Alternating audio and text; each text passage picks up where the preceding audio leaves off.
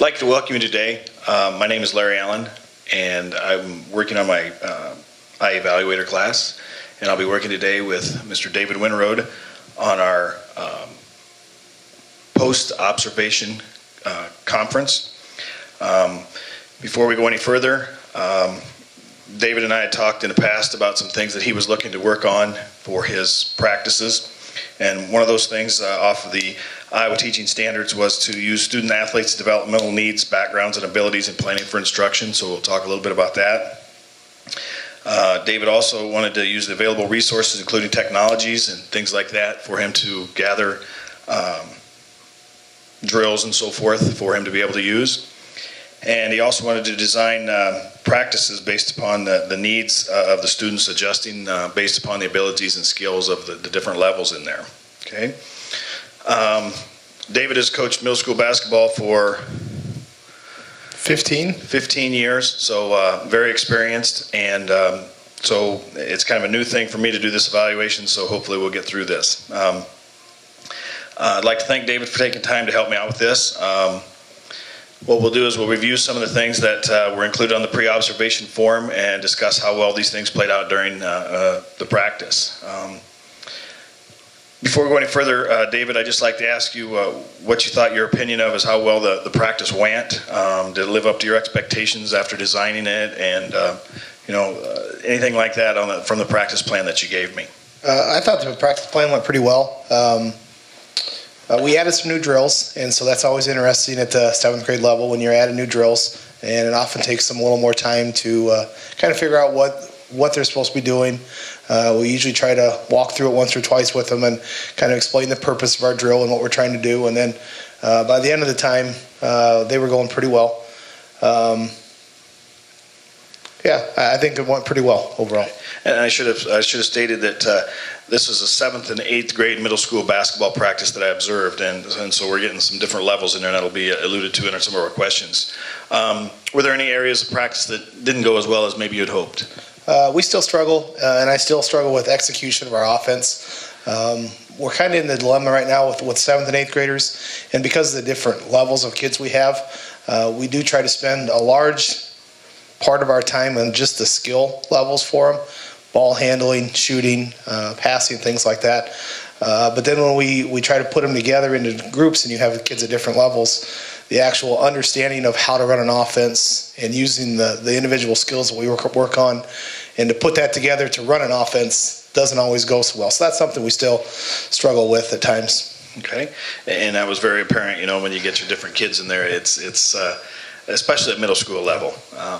Were there any areas of practice that you thought went extremely well? I've been real happy with our skills. We've spent a lot of time, and Jason DeJean would be the other 8th grade coach, and him and I have talked a lot about this, and we just feel that we need to spend a lot of our time, not so much on running offenses and plays and things like that, but just developing skills, mainly because we have kids at such different levels, and it is so hard to run an offense when you have some kids that can barely shoot and dribble, and you have other kids that have been playing organized basketball for 3, 4, 5 years, depending on them.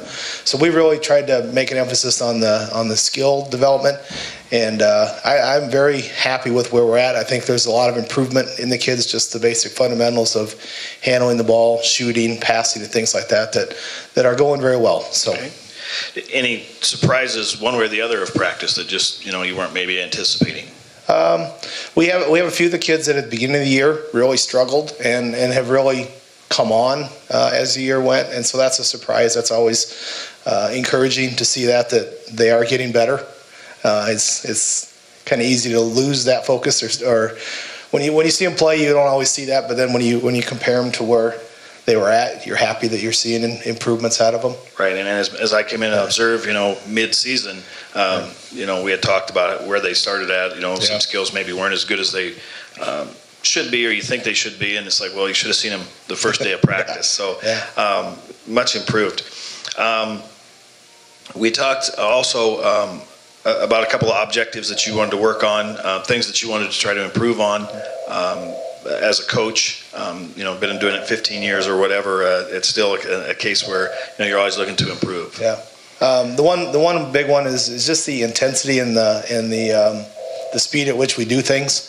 And that's something that's it's just difficult for me because of, and I just have to remember that the level of the kids, I would like them to do this, but then I have to understand that's not always possible. And I think a lot of kids are still not sure about what they're supposed to be doing, and it's very hard for them to do things at the right tempo and things that I want them to if they're not certain or have the ability to even do those things. So the intensity is one thing we really tried to work on. The other one is just the effectiveness of playing and playing hard, giving good effort and stuff. Those are the two things we're really working on. And that obviously must have been a deficiency, or you thought prior to me evaluating your attending your practice or whatever. Yeah. Okay? Yeah. All right.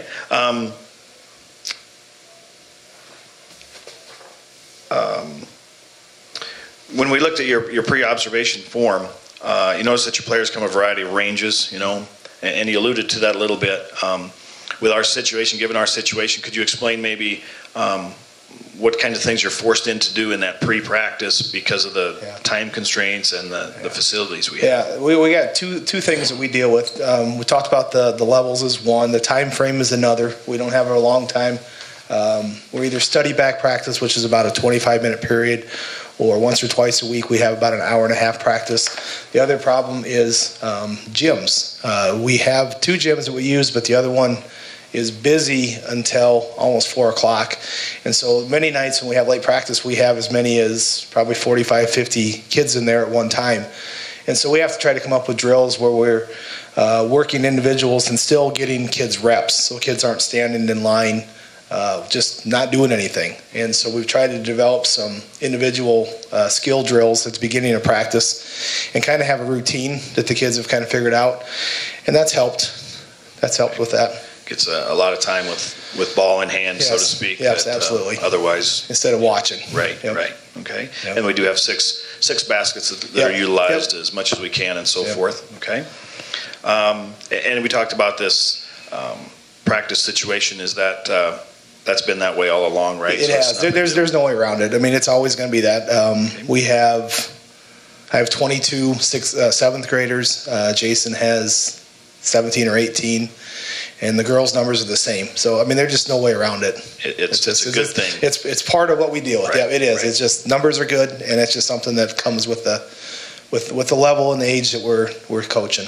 Okay, and you alluded to the talent levels of the different kids. Is this something that's new, or is this something that, same thing that you deal with? Same thing. Honestly, I would say we probably deal with a little bit more now, just because you see more kids playing leagues at ages where you didn't necessarily see that before. And so you see maybe almost a bigger gap between some of the kids. You have some kids, like we said before, that have been playing in organized leagues for 3, 4, 5 years. And then you have other kids that have never played before, and this is the first time they've ever played. And I got a couple of them that have never really played before. And so I really think that's probably more of a discrepancy between those than in the past. And at the middle school, the philosophy of all those kids, I think can you allude just a little bit on that, what maybe the philosophy is of having that many kids out? And that's the thing. We wanted everybody to try. We want them to give it a shot. And, and I'm under the philosophy that if you don't ever try, you don't know. And I encourage those kids, if you're not sure, come out and give it a try. Because I just hate to see kids that don't make that choice to even try, and then later on wish that they would have. It's hard to know how good they're going to be. No. And if you do it and it's not what you wanted or expected, then make that decision after you've given it a try. And I've got no problem with that. Okay. You'd said this is maybe worse now, but have you been able to modify practices in any way that maybe I don't know if it narrows the gap, but just makes it a little bit better situation for the kids who have less talent? Yeah, we've almost gone to the fact that with a lot of our drills that we do between Jason and I, again, is we almost divide them up ability-wise almost as much as grade-wise. We're doing a lot of the same things, and so it's just easier to do it that way so that we can take the kids that have these set of skills and they work together on those skills and to improve them, and then you have other kids at different levels and group them that way and try to come up with drills at their level that are going to challenge them and not be frustrating to them. How do you think the kids respond to that? I think the kids are pretty good with it. I think they are pretty, kids know. Right. They know. I think some of those kids, if you were to ask them, they know, where they're at. They might be not completely honest, but they have a pretty good idea where they fit into things. Okay.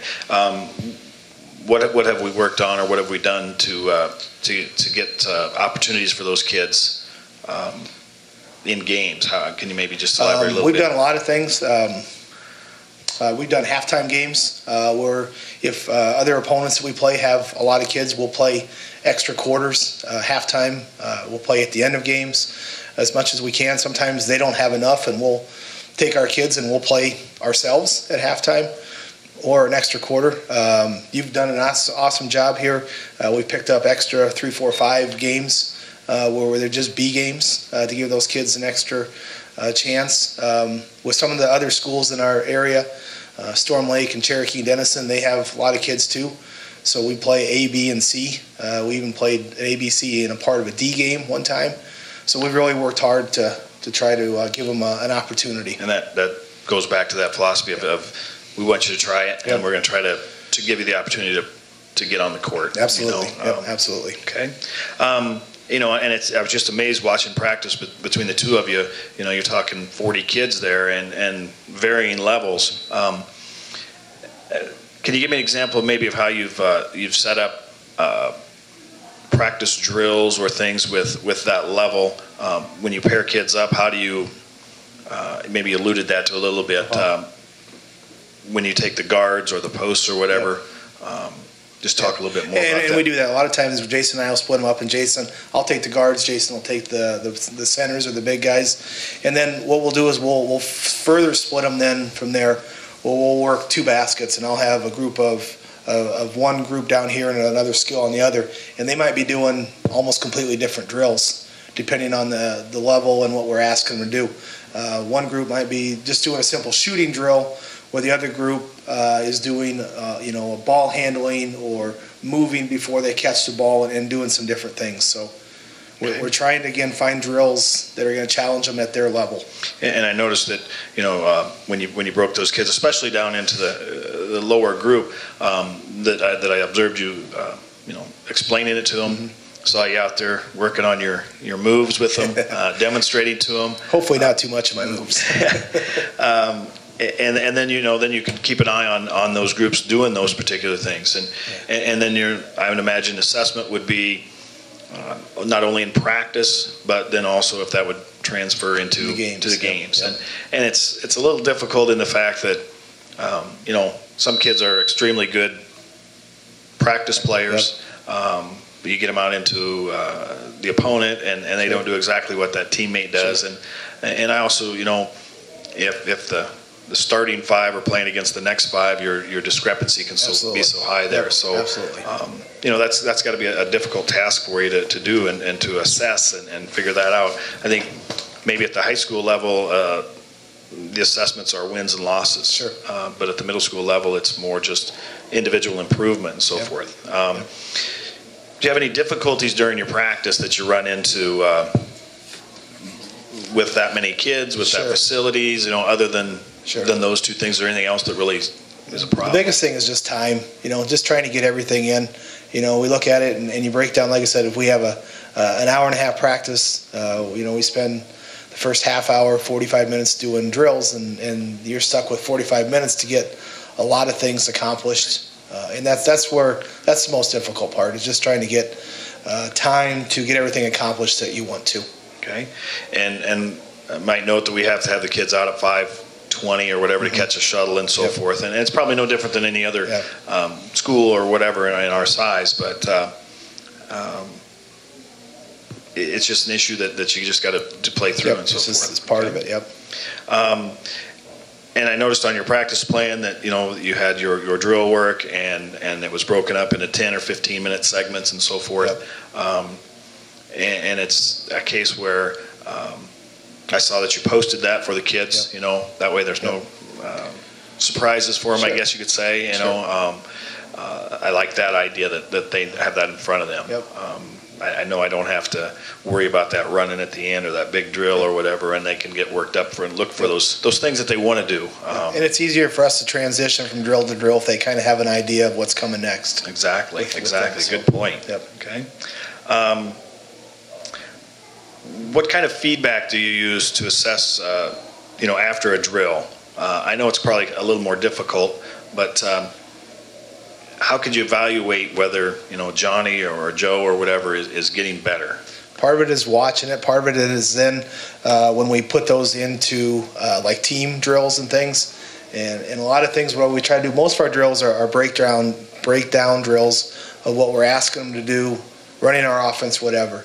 And then when we do run our offense, it's easy to see if they understand what it is we're trying to do with those drills. And obviously if they can't do those things, then we didn't accomplish everything we needed to with our individual drills. Okay. And I noticed in your practices, you had, and granted you have to have a little bit of standing around time, but the big emphasis was that everybody's moving, that high intensity, and especially with your amount of time that you have, we're going to get you going. You got to get going.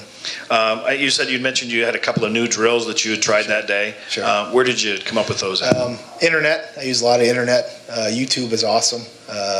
Just finding clips and things off the internet. Anything you want, it's there. And there's a lot of good information, a lot of good drills that you can search through. And I would imagine that even if it was a high school drill type thing, that you could take that and modify that to make it pare it down or fit the skills or abilities of your kids. Okay. How do you work with the high school coaches, David, on you talk about what you did drill work to work into the game setting for you here at the middle school. How does what you do here at the middle school then transfer into what they'll be able to do at the high school? And that's kind of where we're at, where I struggle with like set offenses and plays. We try to stay away from a lot of that. Our goal and philosophy here is just to kind of teach them how to play basketball. How to do the individuals, and if they can do the individual skills, when they get to the high school, you can do anything you want with them. If we're successful at teaching a kid how to handle the ball and to pass and to set screens and do some basic things like that, then that opens them up to do whatever they want at the high school. And I've talked to John in the past, our high school coach, and we've talked about some things that he sees at the high school level that maybe we should be spending more time with. And we've had that discussion before, things that maybe they struggle with, and we've tried to do some of that stuff. But yeah. Okay. And I've even been to a couple high school practices, where I kind of watch and see some of the things that they're doing and maybe take some of those ideas and, like we talked about, paring them down, simplify them a little bit, and trying to use some of those drills so that they are familiar with some of those drills, and so it's not so much teaching when they're there. They have an idea when they get there of what they're doing. Okay. And that's, it comes back to we're going to teach them some skills, and wins or losses aren't necessarily the most important thing, especially at the middle school level. Yep. Okay. What would be one or two areas, personally, you've been doing it for 17 years, that you feel that you could work on, some goals maybe or something like that would help you be a better coach? I would say, again, it goes back to offensive plays and things like that. I still struggle with that, just how much we should be doing. I don't do a very good job of that, running set plays and stuff, and part of it, I don't know, I guess I'm not sure at that level how much of that I should be doing.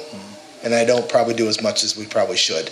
I see other teams and, they're running 5, 6, 7, 8, 10 set plays and stuff, and we really don't do a lot of that. I'm more emphasis just, learning how to move, learning how to play and do stuff. So.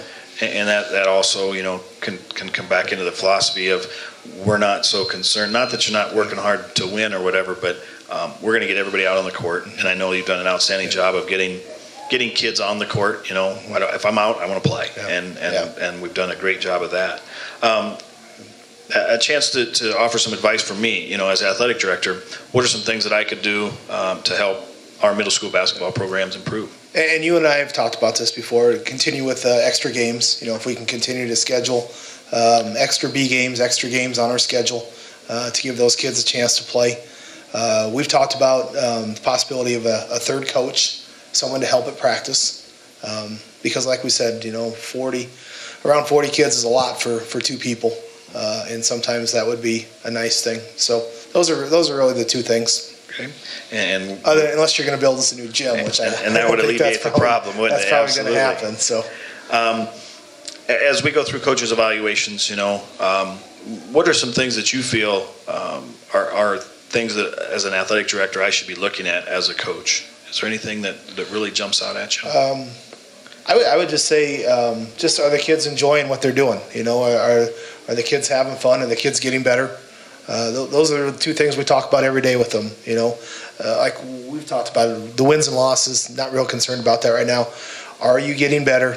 Are you having fun? And those are the two things we're worried about. And our numbers are good, and so that's a pretty good indication. I think that the kids are doing that. We've been very successful, the last few years with things. So. And you guys have done an outstanding job. As we conclude here, I think as I look at those teaching standards that you had talked about, we're gonna adjust practices to modify to the kids' abilities and levels. And you talked about getting drills and so forth from the internet or from other coaches or whatever. And I think you've done an outstanding job.